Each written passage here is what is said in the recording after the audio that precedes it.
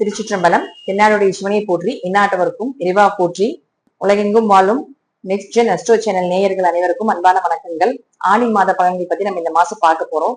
முதல்ல என்னென்ன கிரகங்கள் மாறுறாங்க அப்படிங்கிறத பார்க்கலாம். செவ்வாய் பகவான் 6ஆம் தேதி மேஷ வீட்டுல இருந்து ரிஷப வீட்டுக்கு பயிற்சியாக போகிறார். புதன் பகவான் தன்னுடைய சொந்த வீட்டிலே இருந்தாலும் மிதுன வீட்டில் இருந்தாலும் வக்ரகதி அடைய போகிறார் சூரியனோடு சேர்ந்து. அதே போல குரு பகவான் அப்படின்னு சொல்லக்கூடியவர் உச்சத்தில் இருக்கிறார்.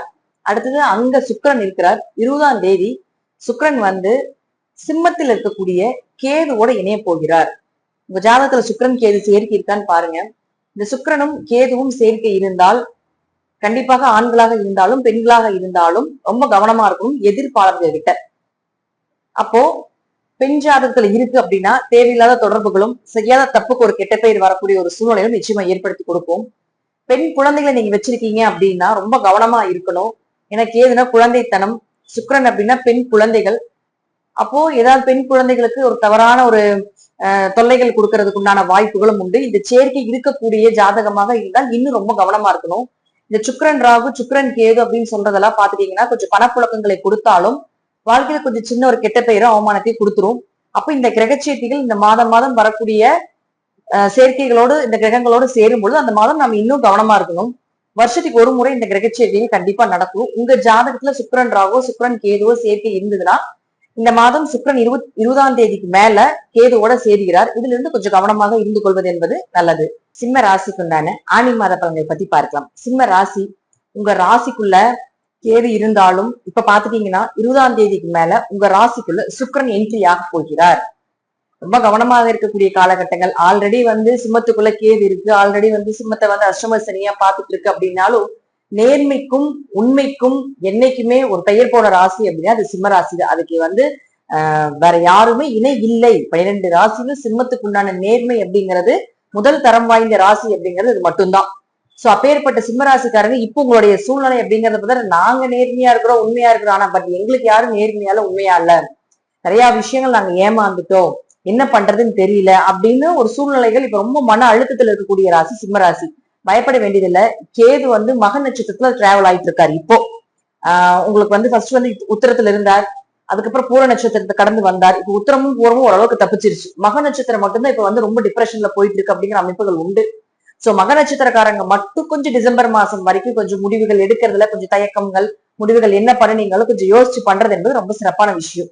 அதே போல சிம்மத்தை பொறுத்த வரைக்கும் பாத்தீங்கன்னா எப்பவுமே அதோடைய கர்ஜனை, என்ன பிரச்சனை வந்தாலும் அதோட கர்ஜனைக்கு அப்படிங்கிறது குறைவு இருக்காது.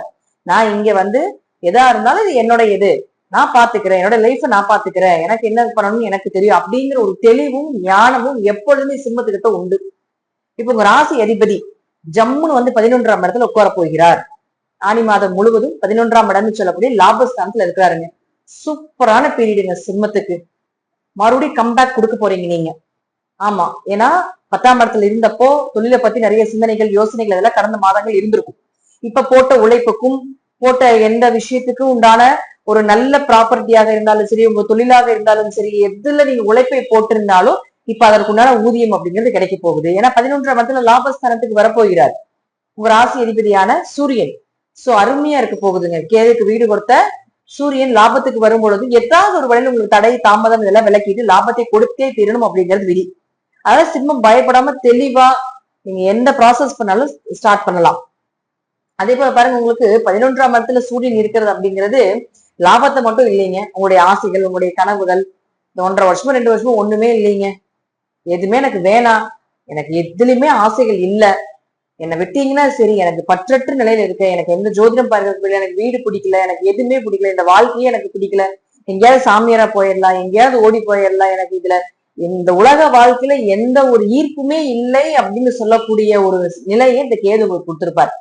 சோ பயப்பட வேண்டியது கிடையாது. இந்த கேது டிசம்பர் வரைக்கும் தான். சோ அவருடைய தாக்கங்கள் எல்லாமே கொஞ்சம் கொஞ்சம் குறைஞ்சிட்டு வந்துட்டு இருக்குது.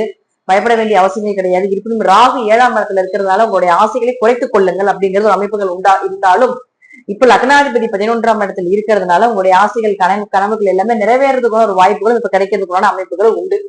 சோ சிம்மத்தை பொறுத்த வரைக்கும் பாத்துட்டீங்கன்னா லக்னாதிபதியும் ராசி அதிபதியமான சூரியன் 11ஆம் இடத்தில் 2ஆம் அதிபதி மற்றும் 11ஆம் அதிபதியாக இருக்கக்கூடிய புதனோடு சேர்ந்து நிற்கிறார். 2ஆம் இடங்கிறது தனஸ்தானம். 11ஆம் இடம் அப்படிங்கிறது லாபஸ்தானம். அப்ப இந்த 2 வீட்டுக்கும் அதிபதியாக இருக்கக்கூடிய புதனோடு ராசி அதிபதி சேரும்போது இந்த மாதம் முழுவதும் பணப்புழக்கம் சூப்பரா இருக்க போகுது. எப்படி பண வரவு கிடைக்க போகுது, பொருளாதாரம் உயர போகுது.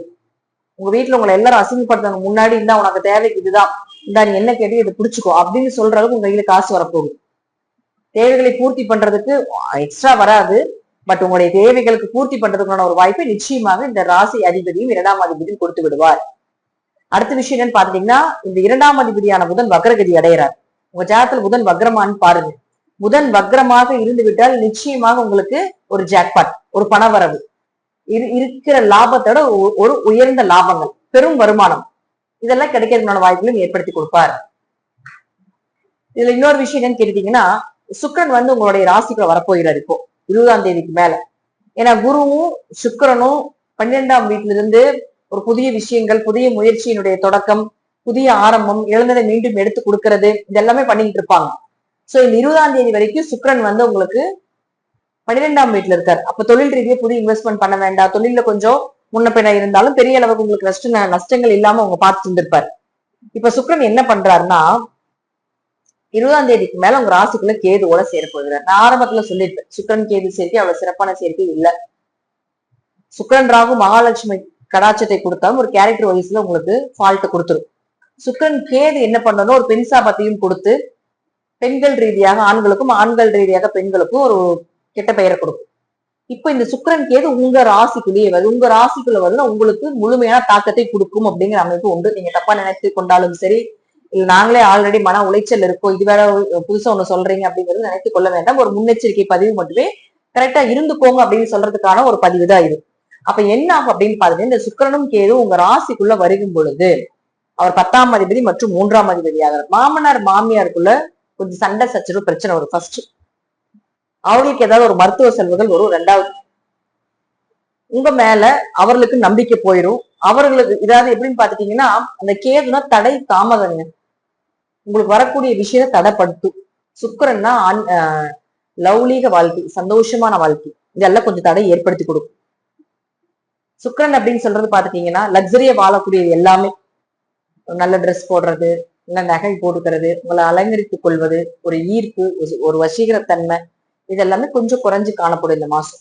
இருந்தாலும் இது வந்து ஆணாக இருந்தால் பெண்களிடமும், பெண்ணாக இருந்தாலும் ஆண்களிடம் ரொம்ப கவனமா இருக்கணும். உங்களுக்கு இந்த சேர்க்கை இருக்கு, சுக்கிரன் ராகு சுக்கிரன் கேது சேர்க்கை இருக்குன்னா உங்க வீட்டுல அல்லது உங்களுக்கு யாருக்கு இருந்தாலும் சரி கொஞ்சம் கவனமா இருந்துக்கோங்க. அது குறிப்பிட்ட பெண்களாக இருந்தால் ரொம்ப கவனமா இருக்கணும். ஏன்னா சுக்கிரன் தான் பெண், ரொம்ப கவனமாக இருக்கிறது முக்கியம்.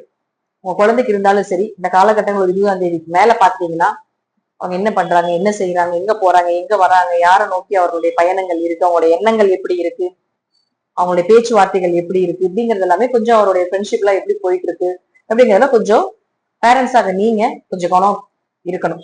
இல்லைங்க உங்களுக்கே அது இருக்கு அப்படின்னா நீங்க கொஞ்சம் பழக்க வழக்கங்களை கொஞ்சம் கரெக்ட் பண்ணிக்கோங்க. ஏன்னா இது வந்து ஒரு 20-25 நாள் தான் இந்த சேர்க்கை இருக்க போகுது. சோ வந்துட்டு ஒரு கெட்ட பெயரை கொடுத்துட்டு அது வருடம் முழுவதும் உங்களுக்கு அந்த கெட்ட பெயரை கொடுத்துடக்கூடாது இல்லையா?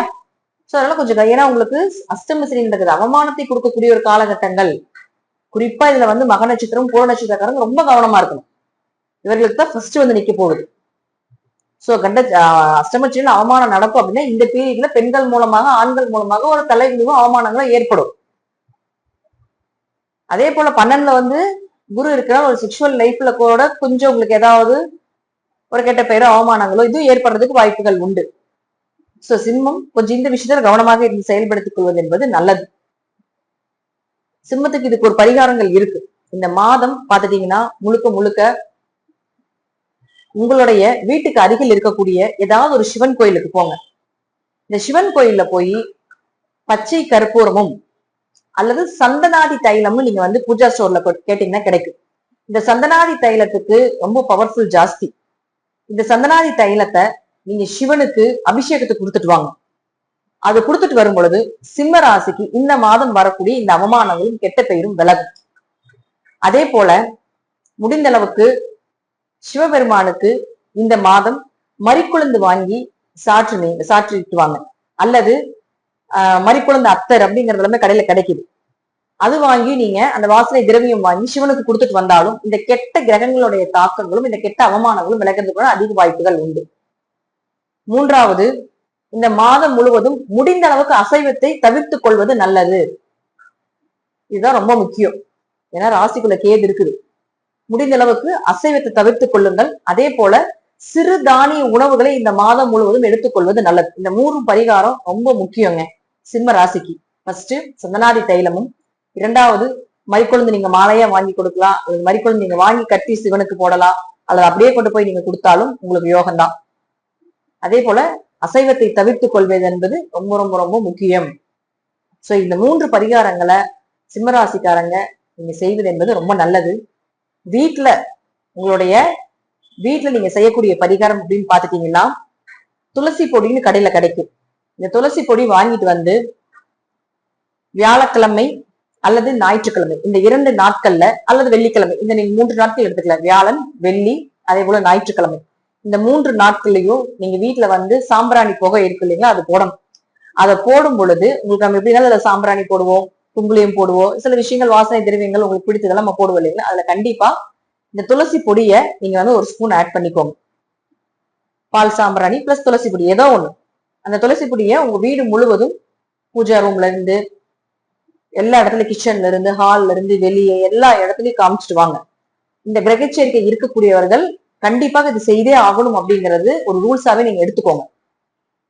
இந்த மாதம் முழுவதும் ஏதோ ஒரு நாட்கள்ல, வாரத்துல 2 நாட்களோ அல்லது 1 நாட்களோ தொடர்ந்து செய்து கொண்டு வந்தீங்கன்னா நிச்சயமா இந்த கெட்ட பெயர் அவமானத்திலிருந்து இந்த மாதம் தப்பித்துக் கொள்ளலாம் என்பது ஒரு சிறிய பரிகாரமாக சிம்மராசிக்கு பரிந்துரை செய்கிறேன்.